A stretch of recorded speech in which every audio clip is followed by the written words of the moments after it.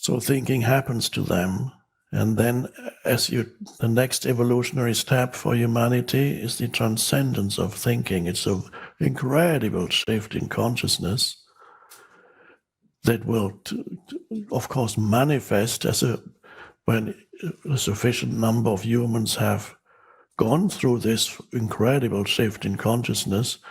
The world that they create, of course, will look very different from the world that is created by humans who are completely identified with thinking. In other words, the world that is created by the egoic mind in its personal and collective aspect. Needless to say, the collective aspect of the egoic mind is even more insane than the personal aspect of the collective mind. So that's the world we create. I can't help it. Sometimes good intentions arise, and that's fine in humans who are still obsessed with their thought, possessed by their thought, egoically dominated. But they can see, well, we want to do something good. But they haven't overlooked the basic dysfunction in the human psyche, which is involuntary and compulsive and conditioned thinking. There's been no transcendence of thought. And then if you say, I want to change the world, you can see what's wrong with the world, but you cannot see the deep causes of why these things that are wrong with the world. You see the surface manifestations of what's wrong with the world and want to change things on the surface manifestations. For example, in early 20th century and late 19th century, there was the arising of people became very much aware of the terrible injustices, and of course there was the arriving of industrial revolution started in England, and there was terrible, the lower working classes were in a terrible condition, and so you can see, yes, there's something wrong here. And so certain theories arose that looked very good on the surface. We need to have a fairer society. These people are being exploited, and those are the ones who exploit. Communism, the ideas started growing. It sounds wonderful on the surface. We're going to change the world. But there's a very wise proverb, of course, that you're all familiar with, about the road to hell is paved with good intentions. And then finally, when the theory was put into practice, Russia, China, it didn't turn out so well. The intentions were good initially, I suppose, to a large extent, perhaps not 100% good, but they were good. And yet they created hell for millions. They created also, again, huge inequality between the people on top and all the others. And millions of people died. Because in order to bring about a better world, according to your theory, you had to kill a few million first.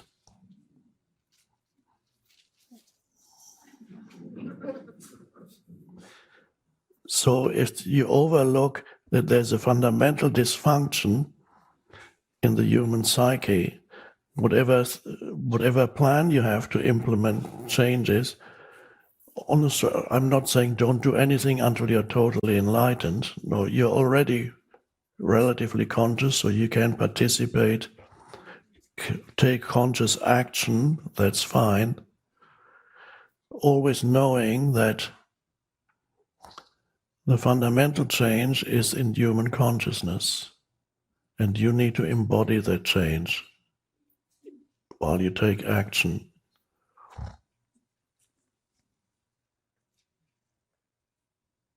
The transcendence of thinking means the transcendence of the egoic mind. It means that you are able to spend part of your time relatively free of compulsive thinking, certainly free of self-serving thinking and destructive thinking that continuously creates unhappiness for yourself and the people around you. How many people live the compulsive narrative in your mind that for many people is very negative, constantly critical, constantly complaining, never at ease with what is. There's always something wrong, fault finding, because the ego grows through the constant opposition, constant antagonism, never at ease, always looking for the next thing to complain about. And it strengthens the egoic self. The more you complain, offended is a new version these days. It's very popular on the internet. I'm very, very offended. Outrageous. How dare you? There are thousands or hundreds of thousands who go on every day, they look on their screen waiting for the next thing to be offended by. And the ego loves it. And for many of them, it's the only way they can inflate their ego, by sitting on the screen and sending out tweets.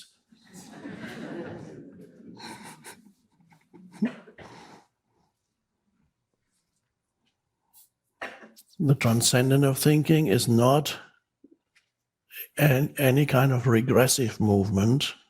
We are not regressing to the state of somebody whose mind is relatively undeveloped and who does not have a problem with egoic thinking because there's very little going on in their minds. What used to be called, before it became politically incorrect, idiot or fool. The fool was, they were always, you could see happy fools. They don't, there's not enough thinking to make them unhappy, so they are below egoic thinking. In medieval times, every village had at least one village idiot or fool, and normal was accepted, essential part of the community.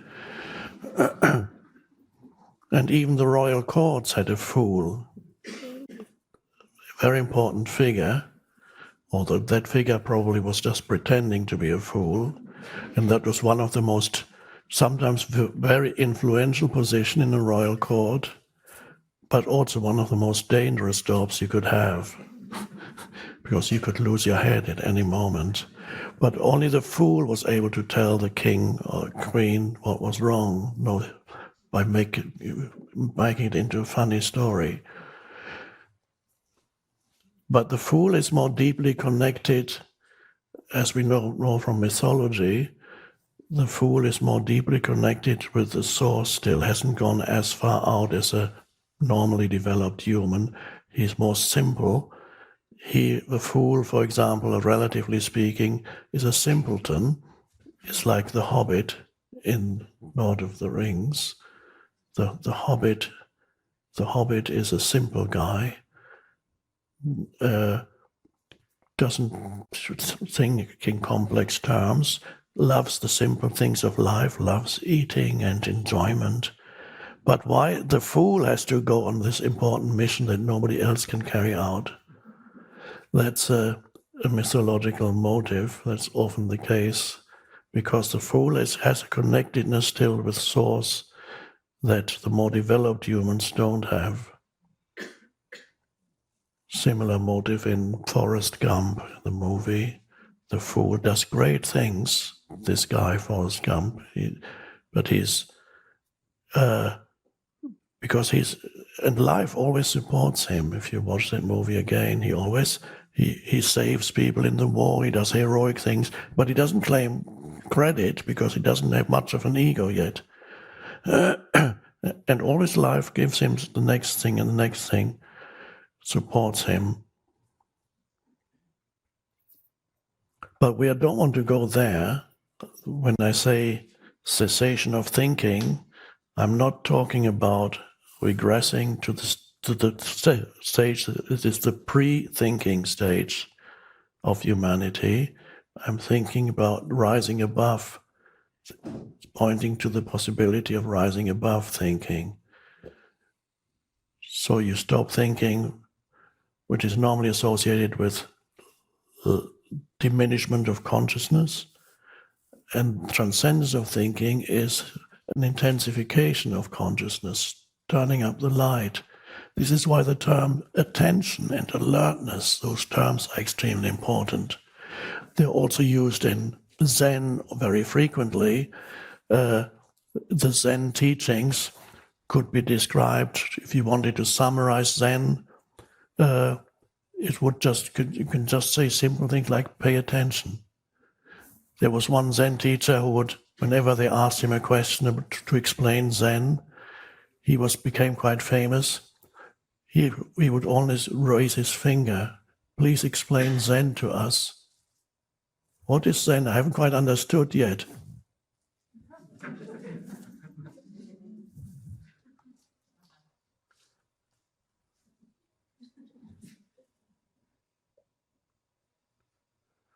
He was calling people to attention. Now,